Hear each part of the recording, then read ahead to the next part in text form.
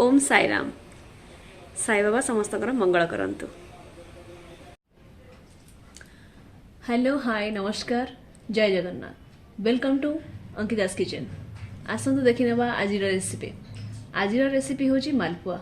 मालपुआ पई कोन प्रस्तुति आसतु। मु एठी नेछि 10-15 टी मालपुआ तैयारी करिया पई आधा किलो मैदा, किछि लूण, 50 ग्राम काजू, 3 टी गुजराती, 100 ग्राम चीनी, 5-6 टी कदली, 2-3 ग्राम पान मधुरी, 1 कप बॉइल्ड मिल्क आउ गोटे सेव। तापरे चीनी सिरा पई मु नै एठी 2 कप पानी आउ 100 ग्राम चीनी। तापरे नेक्स्ट प्रिपरेशन को जिबा। तापरे जिबा मालपुआर प्रस्तुति को। प्रथमे कौन करेंगे सुखिला जिनस गुड़िक ता माने मैदा, गुजराती, चीनी ए सब को आगे ग्राइंडिंग करने। ग्राइंडिंग करके गोटे बाउल में बाहर कर देबे।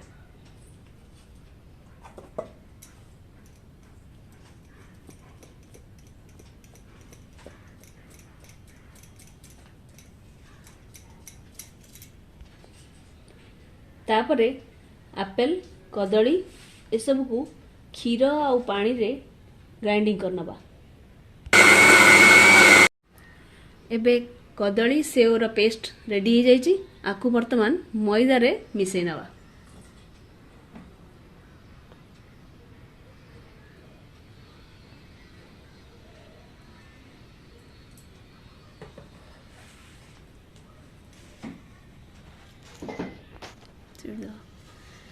वर्तमान एथिरे किछि पान मधुरी आ लूण पकई आकु गोळेई नवा।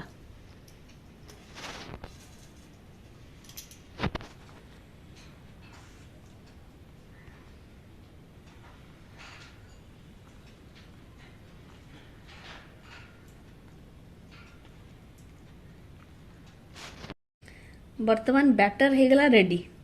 तो बैटर को वर्तमान 2 घंटा पर्यंत घोड़े की छाड़नवा। बैटर को बेसी पतला करें कि बेसी मोटा करें, यही भाई कंसिस्टेंसी रखिए नहले कड़ई रे मेली जीव। तो वर्तमान ठू 2 घंटा पर्यंत घोड़े की छाड़नवा। तापर नेक्स्ट प्रिपरेशन को जीवा। 2 घंटार ब्रेक पर आसतु जीवा मालपुआर प्रिपरेशन। प्रथमे चीनी सिरा गैस ऊपर गोटे कड़ई बसई तादरे बाकी थिबा 100 ग्राम चीनी को पकेदेवा। तादरे 2 कप पानी पकेदेवा।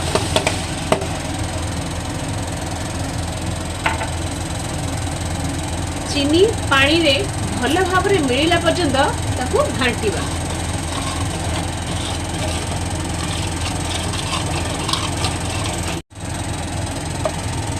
चीनी गुड़ी बर्तमान पानी रे मेल्ट हो आसलानी। एगुड़ी देखिए कि जिते पर्यंत अठा अठा हाथ को जब अठा अठा हो आसो तो चीनी सिरा जानवे रेडी हो गला। आपको वर्तमान गोटे साइड को करनवा। वर्तमान आउ गोटे कड़ई नहीं मालपुआ छाणिया रेडी हो। आसन कड़ई गरम हो गलानी। एतिरे रिफाइन ऑयल दे दबा।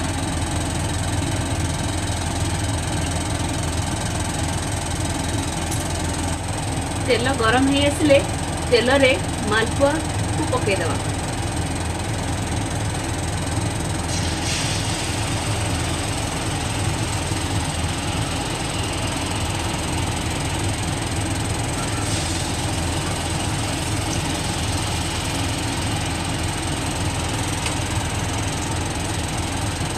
मालपुआर गोटे पट साइड लाइट ब्राउन हवा पर्यंत ताकू छाड़दवा।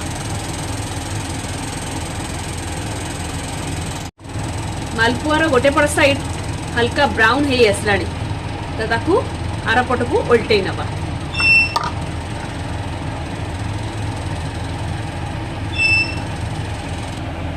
मालपुआ हो गलानी।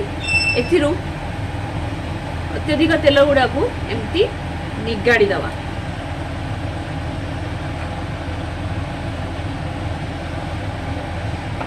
प्लेट रे नहीं रखिदेबा। मालपुआ हो सारा पर मालपुआ को चीनी सिरा रे 3 मिनिट पर्यंत बुड़े रखिबे। ध्यान रखिबे कि मालपुआ पे जो चीनी सिरा तैयारी होईची से चीनी सिराटा हल्का गरम थिबा दरकार। हल्का गरम रहिले चीनी सिराटा भल भाव रे मालपुआ रे मिसी जिवो।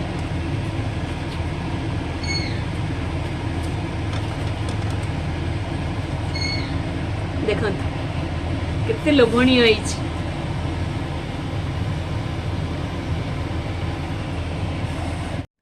एबे रेडी होगला मालपुआ सब। घरे बनै की टेस्ट करिकी कहिबे, कमेंट सेक्शन में मते जणाइबे जे केमती लागिला। पुणी देखा हबो नेक्स्ट ब्लॉग रे नुआ रेसिपी सहित। रहुची नमस्कार, जय जगन्नाथ। अंकिता's किचन को लाइक शेयर और सब्सक्राइब करने को जमा भूलिबे नहीं।